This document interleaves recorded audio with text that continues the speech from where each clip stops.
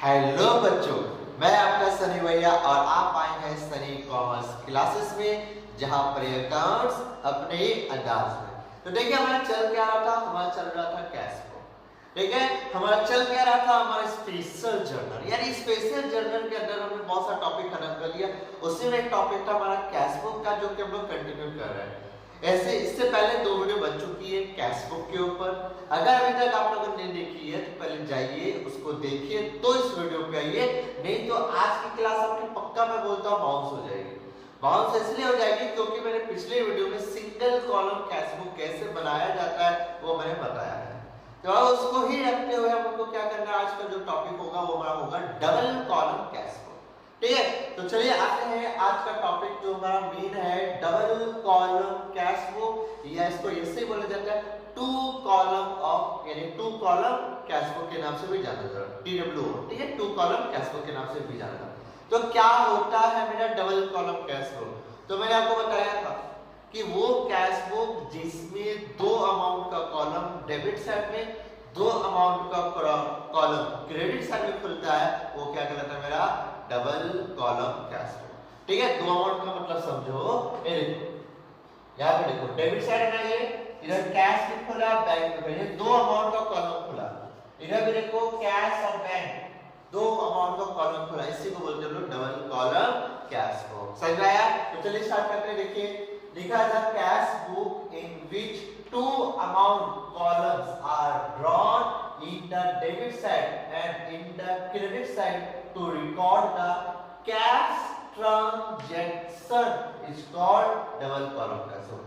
यानी वो cash book जिसमें 2 अमाउंट का कॉलम, यानी डेबिट साइड में, यानी बोला जाए कि डेबिट साइड में और क्रेडिट साइड दोनों साइड में 2-2 अमाउंट का कॉलम खुलता है, और हम लोग सिर्फ कैश ट्रांजैक्शन को भैया रिकॉर्ड करते हैं कैश बुक में, वो कैश बुक कहलाता है डबल कॉलम कैश बुक कहलाता है। समझ में आया? बोलो कोई दिक्कत? बहुत सिंपल है, कुछ नहीं है डबल कॉलम कैश बुक में। ठीक है, देख लो बात। अच्छा, अब भैया होता है कितना टाइप का कॉलम खोलना जाता है, तो ध्यान दो, फ्लोइंग कॉलम्स आर डिस्क्लोज, यानी किसी भी कैश बुक में बहुत सारा कॉलम खोला जाता है, ये 2-2 कॉलम में कुछ भी आ सकता है। ठीक है, पहला देखो कैश एंड डिस्काउंट कॉलम, या ऐसा हो सकता है कि हमने कैश बुक खोला, हमने क्या किया कैश कॉलम खोला और बैंक के जगह डिस्काउंट कॉलम खोला। ठीक है, यानी वहां पे हमने क्या किया, देखो बहुत सारा कॉलम खोला, मैंने डबल कॉलम में या तो आप कैश डिस्काउंट खोल सकते हैं, बैंक या डिस्काउंट कॉलम खोल सकते हैं, या कैश एंड बैंक कॉलम खोल सकते हैं। तो देखो कैश एंड बैंक कॉलम कैसे खुलता है, देखो ये रहा फॉर्मेट हमारा, इस फॉर्मेट आपको नजर आ रहा होगा, यहाँ पे कैश है, यहाँ पे बैंक है, यहाँ कैश है या बैंक, देखो 2 है ना अमाउंट का कॉलम, जिसमें एक घर कैश का होगा और एक भैया बना है बैंक के लिए, बैंक से जितना रिलेटेड ट्रांजैक्शन होगा वो भैया बैंक में चला जाएगा, और कैश से रिलेटेड जितना ट्रांजैक्शन होगा वो मेरा कैश में चला जाएगा।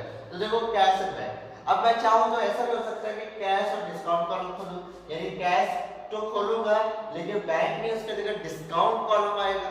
ठीक है, या ऐसा हो सकता है कि बैंक और डिस्काउंट कॉलम, यानी कैश के जगह पे बैंक लिखा जाएगा और बैंक की जगह डिस्काउंट कॉलम, यानी 2 घर में कुछ भी पुटिंग हो सकता है, ये टाइप का। लेकिन हमारे सिलेबस में देखो ना हमें कैश और डिस्काउंट कॉलम वाला टॉपिक पढ़ना है, ना बैंक और डिस्काउंट कॉलम पढ़ना है, हमें पढ़ना है कैश एंड बैंक कॉलम वाला। हमारा टॉपिक, हमारा सिलेबस यही है कि भैया हमको कैश एंड बैंक वाला ही कॉलम सीखना है कि कैश बुक किस तरह हम लोग कैश बुक बनाएंगे जब कैश और बैंक कॉलम खोला जाएगा, हमारा टॉपिक यही है। तो ये दोनों क्यों बताया, अरे चार्ट होना या टीवी होता है, ठीक है, सिलेबस में नहीं है लेकिन हमारा यही है। और एग्जाम के पॉइंट ऑफ व्यू से याद रखिएगा, हमेशा डबल कॉलम कैश बुक ही एग्जाम में आता है। ठीक है, तो बहुत ध्यान से आपको बनाना है, समझना है और करना है। तो ये रहा फ्लोइंग कॉलम, ये हो चुका है। डबल कॉलम कैश बुक क्या होता है ये भी मैंने आपको बता दिया।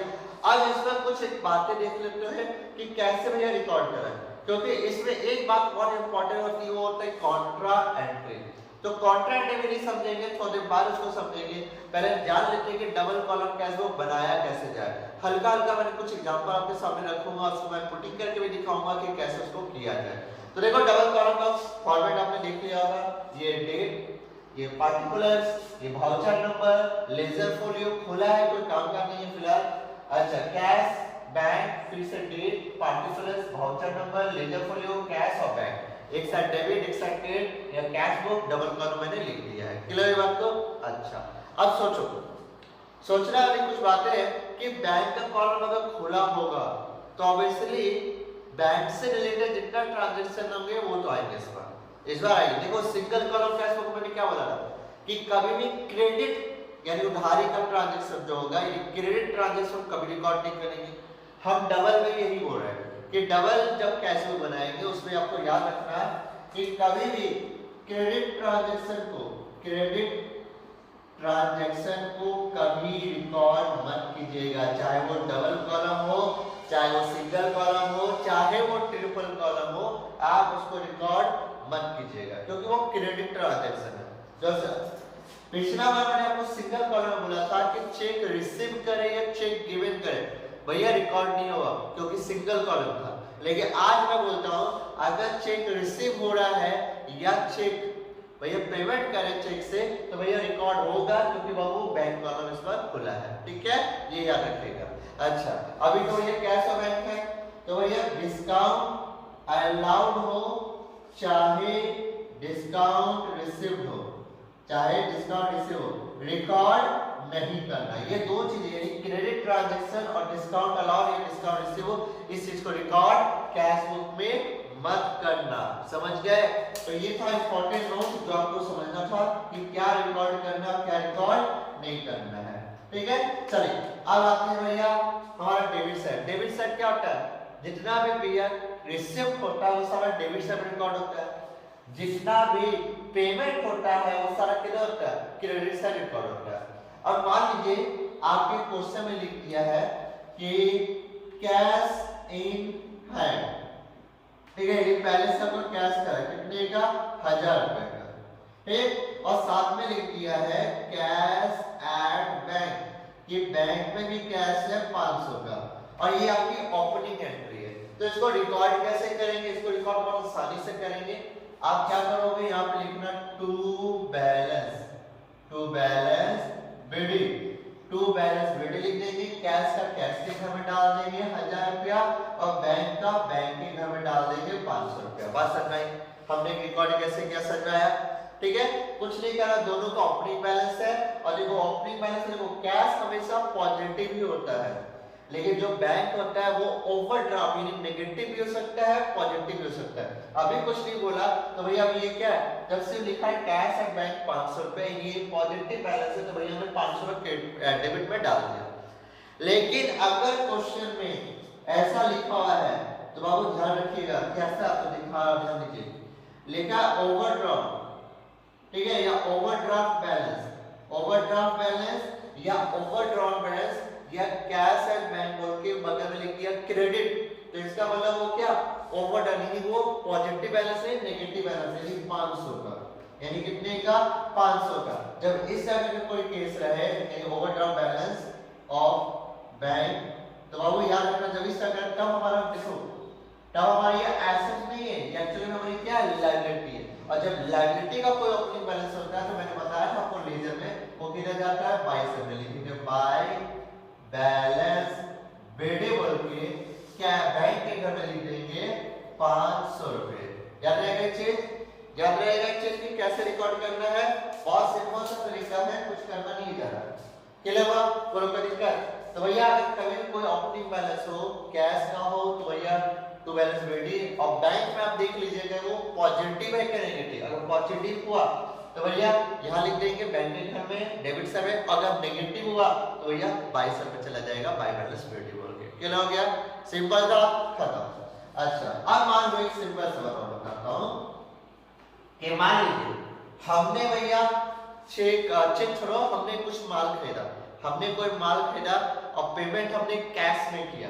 तो बताओ अगर पेमेंट हमने कैश में किया तो एंट्री क्या बनती है? एंट्री बनती है purchases account debit to cash, ये बनेगी। ठीक है, ये बनेगी मान लो 500 का है, कितने का है? 500 का। ठीक है, ये 500 का। तो बताओ इसको रिकॉर्ड कैसे करें? इसको बाय साइड में रिकॉर्ड करें, क्या लिखेंगे? लिखेंगे बाय परचेजेस अकाउंट और हमने क्या करना है? कैश के द्वारा खरीदा तो भैया कैश में डाल दिया। ठीक है, लेकिन वही अगर क्वेश्चन में लिखा कि कैश में नहीं चेक के द्वारा पेमेंट हुआ है, चेक के द्वारा। तो यहाँ पे क्या था, यहाँ था purchases account debit to bank account. हमारा क्या था, ये आता मान लो 400 रुपया है, कितना है 400 रुपया। सोचो इस बार भैया पेमेंट कैश में नहीं हुआ, इस बार पेमेंट चेक के द्वारा हुआ, तो मैंने लिख दिया purchases account debit to bank. अब कैसे रिकॉर्ड करना, तो देखो कैसे रिकॉर्ड करना, हम जो लिख देंगे बाय परचेजेस अकाउंट बोल के, जब चेक से पेमेंट हुआ है तो चेक के घर में चला गया, यानी बोला जाए बैंक के घर में चला गया 400 रुपया। बोलो कोई दिक्कत लगी, कोई दिक्कत लगी, 400 हमारे बैंक में चला गया, खत्म। अच्छा मान लो अगर ऐसा लिखा है क्वेश्चन में कि भैया चेक आया, मान लो चेक आया है, तो भैया राम से चेक आया, तो एंट्री कैसे बनेगी, एंट्री बनेगी कि और उसी दिन उसको बैंक में हम लोग जमा कर दिए, वर्ड सुनिएगा, उसी दिन हम उसको बैंक में जमा कर दिए। ये बहुत इंपॉर्टेंट वर्ड है। कभी कभी ऐसा होता है कि चेक आता तो है लेकिन जमा अगला दिन जाके करते हैं, ठीक है। लेकिन मैं भी क्या बोला कि मान लीजिए अभी आपका चेक आया, राम से चेक आया, यानी राम से कुछ पैसा आया, वो भी चेक के बाद एंट्री बनेगी बैंक अकाउंट डेबिट, ठीक है, bank account debit to Ram account, ये बनेगी टू राम्स अकाउंट, ठीक है। मान लो 600 का आया, 600 का चेक आया, ठीक है, समझना बात को, एकदम ध्यान सुनो। अब चेक जो आया लिखा होगा क्वेश्चन में कि उसी दिन जाके जमा किया, ये सबसे इंपॉर्टेंट वर्ड है, ठीक है, सेम डे। तो यार ना अगर चेक आया है राम से तो क्या लिखेंगे, टू राम अकाउंट, ठीक है, टू राम्स अकाउंट बोल के भैया चेक आया, यानी कैश में तो पैसा नहीं जाएगा, कहां चला जाएगा, बैंक में चला जाएगा। तो बैंक हम लोग क्या करेंगे, 600 रिकॉर्ड कर देंगे। आप समझ में आ रहा है ना कि कैसे भैया ट्रांजैक्शन को रिकॉर्ड करेंगे, भैया अमाउंट कैश में डालना है कि बैंक में डालना है, कैसे करना है, समझ में आ रहा होगा थोड़ा अच्छा से। अच्छा चलो और देखते हैं कि मान लो ये उनको हो गया। अब मान लो ऐसा हुआ कि ये जो चेक आया राम से वो बाउंस हो गया, डिसऑनर हो गया, पता ना बाउंस हो जाता है, डिसऑनर हो जाता है कभी कभी, ठीक है। तो मान लो चेक जो आया है हमारा राम जी से वो बाउंस हो गया, डिसऑनर हो गया, तो बताओ इसकी जनरेटिव क्या बनेगी, इसकी जनरेटिव क्या, ये जो है ये इसका रिवर्स हो जाता है ना, इसी एंट्री के रिवर्स हो जाते हैं। एंट्री क्या बनेगी, एंट्री बनेगी राम अकाउंट, यानी Ram's account debit to bank account, ये हमारी एंट्री बनेगी, हमारी एंट्री तो यही बनेगी। अब करना कैसे, तो अब करना कुछ नहीं है भैया, बाउंस हो गया, इसको कैंसिल करना तो क्या लिखेंगे, बाय राम्स अकाउंट बोल के पैसा बैंक के घर में 600 रुपया। बोलो कोई दिक्कत लगी, कोई दिक्कत लगी। अभी मैंने कोई भी एक ऐसी एंट्री नहीं बताई जिसमें वो कॉन्ट्रा एंट्री हो, अभी मैंने जस्ट सिंपल एंट्री बताई। मान लो बैंक वाले ने क्या किया, आपका बैंक चार्जेस काट दिया। देखो बहुत टाइम ऐसा होता है ना कि बैंक वाला आपको बहुत से जो फैसिलिटी देता है एटीएम की या ऑनलाइन पेमेंट करने की, ठीक है, तो उसके लिए कुछ चार्जेस साल का कटता है, तो मान लो कुछ चार्ज काट दिया। अगर आपसे चार्ज काट दिया तो एंट्री क्या बनती है, एंट्री बनती है bank charges account debit to bank ने काटा था तो टू बैंक अकाउंट, ठीक है, टू बैंक अकाउंट, ये हमारा एंट्री बनती है। तो आप सोचो अगर बैंक चार्जेस से बैंक काट लिया तो ये क्या लिखेंगे, बाय बैंक चार्जेस, ठीक है, बाय बैंक चार्जेस बोल के मान लो 100 रुपए काट लिया, तो हम क्या करेंगे, 100 रुपया बैंक के घर में लिख देंगे। बस हमें 100 रुपए हम क्या करेंगे, बैंक के घर में लिख देंगे और हमारी एक और एंट्री कंप्लीट हो जाएगी, ठीक है। तो अभी तक जितना भी बताया वो मेरा एकदम नॉर्मल सी एंट्रियां थी। अब मान लो ऐसा हुआ कि मैंने बैंक से विथड्रॉ किया, मैंने बैंक से पैसा विथड्रॉ किया पर्सनल काम के लिए, वर्ड सुनिएगा, पर्सनल काम के लिए, तो भैया एंट्री क्या बनेगी, एंट्री बनेगी drawings account debit to bank account, ये हमारी एंट्री बनेगी, ठीक है, ये हमारी एंट्री बनेगी। अब कोडिंग कैसे करना वो देखो, हम क्या करेंगे, हमारा खर्चा तो भैया बाय बैंक अकाउंट बोल के, बाय मिस्टेक कर गया, बाय ड्राइंग्स अकाउंट बोल के, बाय ड्राइंग्स अकाउंट बोल के पैसा तो क्या करेंगे, बैंक के घर में दे देंगे, कितना मान लो 50 रुपया है, ठीक है, तो 50 रुपया करेंगे बैंक के घर में दे देंगे। तो समझ में आया आपको जनरेटिव कैसे मारनी है, तो बैंक से रिलेटेड कोई ट्रांजैक्शन हो तो जनरेटिव कैसे मारनी है, आपको समझ में आ गया, कोई दिक्कत है नहीं। अब आते हैं असली एंट्री, अब समझना और कमाल का चीज है, इसे ध्यान से सुनिएगा वरना गड़बड़ हो जाएगा बहुत बड़ा, ठीक है, बहुत ध्यान से सुनना, बहुत ध्यान से सोचो। सोचना यह है क्या कि मैंने पैसा बैंक में डाला, आप सुन लो ध्यान से, मैंने क्या किया, पैसा बैंक में डाला, डिपॉजिटेड कैश इनटू बैंक। अगर मैं पैसा बैंक में डालता हूं तो इसकी जनरेटिव क्या बनती है भैया, इसकी जनरेटिव बनती है bank account debit to cash account. हमारी जनरेटिव क्या बनती है, मानो 100 रुपया, कितना है 100। हमने बैंक में पैसा डाला यानी bank account debit to cash account, ये हमारी जनरेटिव है।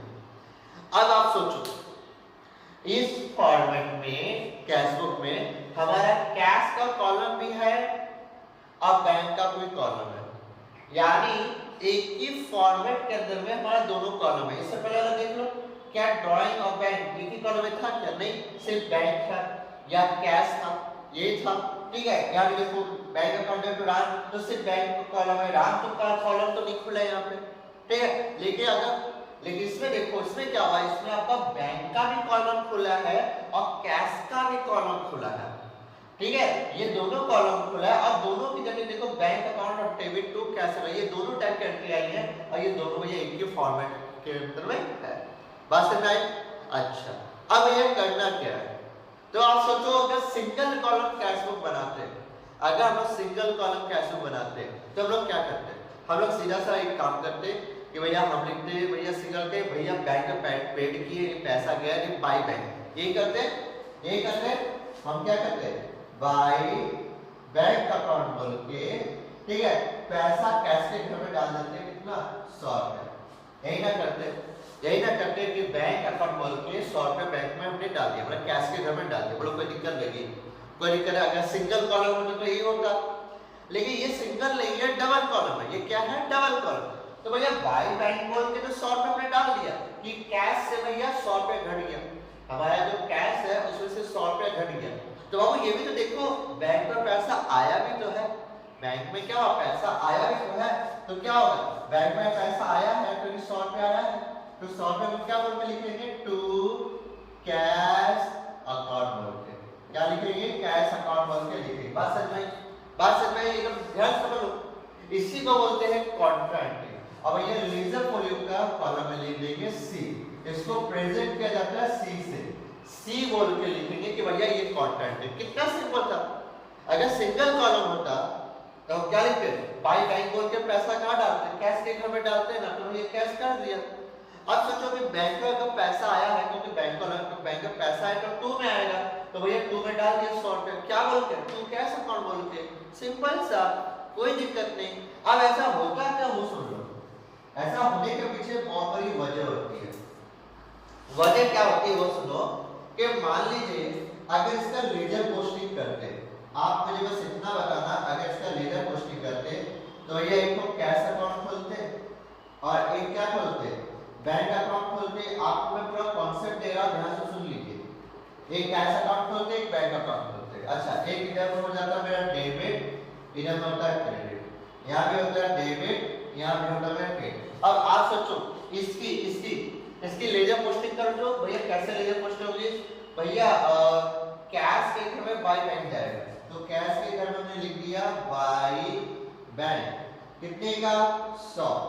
अच्छा, कैश के घर में तो भैया हमने लिख दिया बाय बैंक, बैंक के घर में 2 कैश, तो बैंक के घर में लिख दिया 2 कैश 100 रुपए।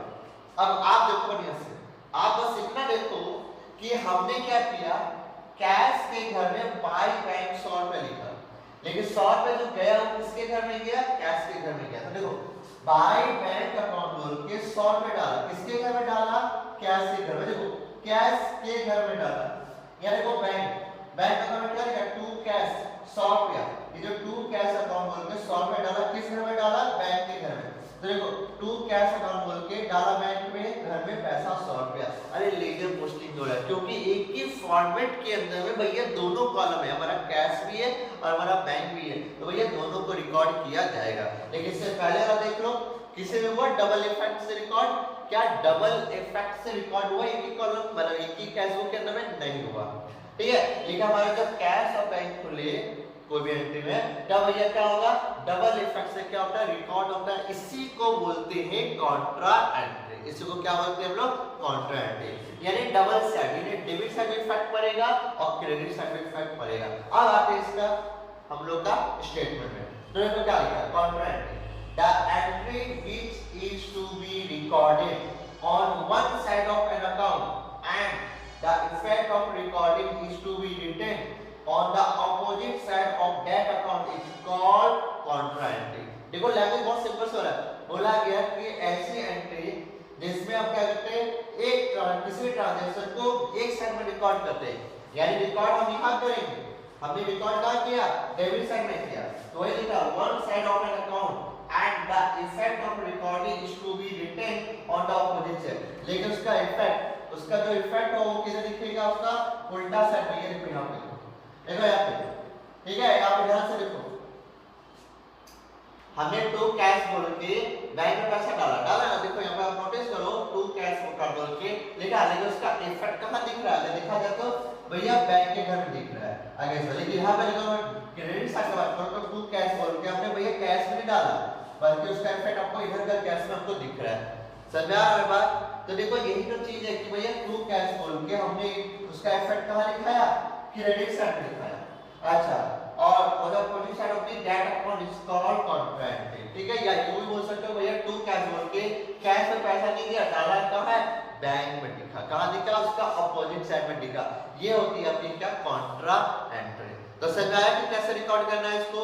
इस तरह की बहुत सारी एंट्री होती है। अब एक और एंट्री मैं आपके सामने रखता हूं, सोचो, सिर्फ दिमाग में लगाओ कि हमने बैंक से पैसा निकाला, लेकिन पर्सनल काम के लिए नहीं, ऑफिस यूज के लिए। मैंने क्या बोल रहा हूं, ऑफिस यूज के लिए मैंने बैंक से पैसा निकाला। इसकी जनरेटिव बताओ क्या होगी, इसकी जनरेटिव बनेगी cash account, cash account debit to bank account, to bank account. कितना, मान लो 200 रुपया। चलो अब इसकी लेजर पोस्टिंग करके बताओ, इसके भैया बताओ कि कैश बुक में इसको कैसे रिकॉर्ड करें। तो सोचो, दिमाग लगाओ, दिमाग। अगर बैंक से पैसा आया तो अभी कैश करने से सोचो कि बैंक से पैसा आया, रिसिप्ट हुआ, रिसिप्ट हुआ ये कहां जाना चाहिए, टू साइड में जाना चाहिए। हमने लिख दिया टू बैंक, नहीं जाना कौन, बैंक ना, तो टू बैंक अकाउंट बोल के हमने क्या करना है, कैश, कैश हमारा बढ़ा था, कैश तो जब आया कहीं कैश बढ़ गया तो 200 रुपए हमने डाल दिया, आया लिख दिया। ठीक है, अब सोचो बैंक के तरफ से, बैंक के तरफ से पेमेंट हुआ। अच्छा, तो क्या बैंक के तरफ से लिखाएगा by cash account, by cash account बोल के बैंक मेरा घटा, बैंक मेरा घटा तो 100 रुपया, सॉरी मिस्टेक करके 200 रुपया ना, हाँ 200 रुपया, तो ये हो गया सी। बोलो समझ में क्या क्या, कुछ नहीं करना यार, बाय कैश बोल के बैंक पे पैसा डाल दीजिएगा और टू बैंक बोल के भैया कैश के घर पैसा डाल दीजिए, ऑपोजिट डालना, लिखना कुछ है, डालना कहीं और है। ठीक है, टू बैंक बोल के पैसा कैश के घर में, बाय कैश बोल के पैसा बैंक के घर में, और सी लिख दीजिए, सी आपको रिप्रेजेंट करेगा कॉन्ट्रा एंट्री। समझ आया? बहुत सिंपल है। और अक्सर स्टूडेंट कॉन्ट्रा एंट्री में ही कंफ्यूज रहते हैं, क्या दिक्कत है, कॉन्ट्रा एंट्री कुछ था ही नहीं। ठीक है भैया, जब आया तो भैया डेबिट साइड में रिकॉर्ड करेंगे, तो डेबिट साइड में क्या बढ़ा, कैश आया ना, तो कैश में बढ़ गया तो 200। अच्छा, देने वाला कौन है, बैंक, टू बैंक। अब सोचो बैंक भैया, बैंक का सोचो पेमेंट हुआ तो भैया पेमेंट के लिए बैंक घट गया 200 से, क्या बोल के घटाएगा, बाय कैश बोल के घटाएगा, तो भैया पेड किए। सिंपल सा चीज, कोई दिक्कत नहीं है। तो समझ में आ गया? तो अब ये था पूरा का पूरा आज का टॉपिक, जो कि था डबल कॉलम कैश फ्लो। आज मैंने आपको थ्योरी समझा दिया, कुछ आपको मैंने दिखा दिया है। अच्छा, एक कुछ काम वाली बातें हैं, याद आया, मैं बता देता हूँ। अब एक समझना ये क्या कि याद रखिएगा हमेशा एक चीज कि कैश का अमाउंट से कैश को जब घटाएंगे तो मेरा जो बाय बैलेंस सीडी आता है, सुनिएगा, बाय बैलेंस जो सीडी आता है वो हमेशा आएगा किधर, हमारा क्रेडिट साइड में। ये याद रखिएगा, हमारा जो कैश हमेशा पॉजिटिव होता है, तो जब उसका सीडी निकालेंगे तो सीडी का जो बैलेंस आएगा वो हमेशा क्रेडिट साइड ही आएगा। लेकिन हमारा जो बैंक होता है ना, हमारा जो बैंक, जब बैंक से बैंक को घटाएंगे तो बैंक का बैलेंस किधर भी आ सकता है। किधर का भी आने का मतलब होता है उसका सीडी चाहे तो क्रेडिट भी हो सकता है, चाहे वो डेबिट में भी आ सकता है। ये बात का जो ध्यान रखिएगा। कि हमारा जो बैंक होता है ना वो तो पॉजिटिव भी होता है और नेगेटिव भी होता है ना, दोनों तो हो सकता है। ठीक है, पॉजिटिव भी होता है और नेगेटिव भी होता है। इसलिए मैं बोल रहा हूँ कि भैया सीडी जो आएगा बैंक का वो क्रेडिट में भी हो सकता है और हमारा डेबिट में भी आ सकता है, किधर भी कम हो सकता है। लेकिन हमारा जो कैश का बैलेंस है उसका सीडी हमेशा क्रेडिट में ही आएगा। ये चीज को याद रखिएगा सॉल्व बनाते समय। ठीक है, तो बैंक के बारे में याद रखिएगा और कैश का भी रखिएगा। तो अब मैं बोल सकता हूँ कि हाँ पूरा का पूरा टॉपिक हो चुका है। अगला क्लास में बहुत ही जल्द मिलेंगे जिसमें हम लोग सीखेंगे कि भैया डबल कॉलम कैश बुक को कैसे बनाया जाए। ठीक है, तो आज के लिए इतना काफी है और आई होप कि मेरी वीडियो से अगर आप लोग कुछ सीख रहे हैं, समझ रहे हैं, ठीक है, और मुझे पक्का पता है कि आप लोग समझ ही रहे होंगे, ऐसा बात नहीं कि नहीं है। ठीक है, तो आप जरूर वीडियो को लाइक कीजिए। अगर आपको पसंद आए तो वीडियो को लाइक कीजिए, कोई डाउट है तो कमेंट कीजिए और अभी तक अगर मेरे YouTube चैनल को सब्सक्राइब नहीं किया है तो मेरे YouTube चैनल को सब्सक्राइब कीजिए और बेल आइकन को दबाना बिल्कुल मत भूलिएगा ताकि मैं जब भी वीडियो अपलोड करूं आप तक पहुंच जाए। ठीक है, तो आज के लिए इतना ही। Tata, bye bye, see you, good night, सबा खैर, शुभ रात्रि।